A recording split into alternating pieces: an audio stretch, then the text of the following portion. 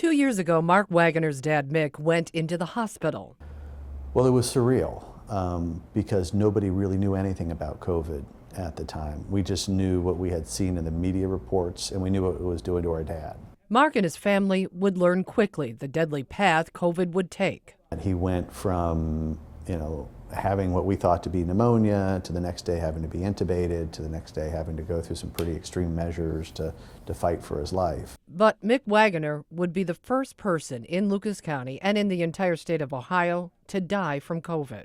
This disease, it kind of took us down a different path than what we were prepared for. Listen to kind of what we're telling you every day, because that might change. Lucas County Health Commissioner Dr. Eric Skaczynski says public health departments had trained for pandemics. The virus is here.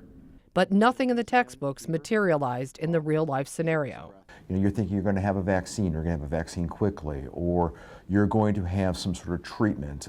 There's going to be a need for testing. I mean, you're going to have some of those things, but we really, if you remember, we had nothing.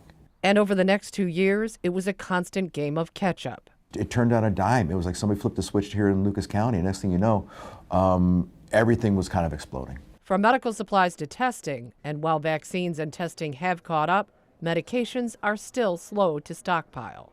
I am still not comfortable about preparedness if we have another disease or another issue. And for families who've lost loved ones, they say what people have learned is the most important lesson from all of this. Really been an opportunity for people to, reflect on what's really important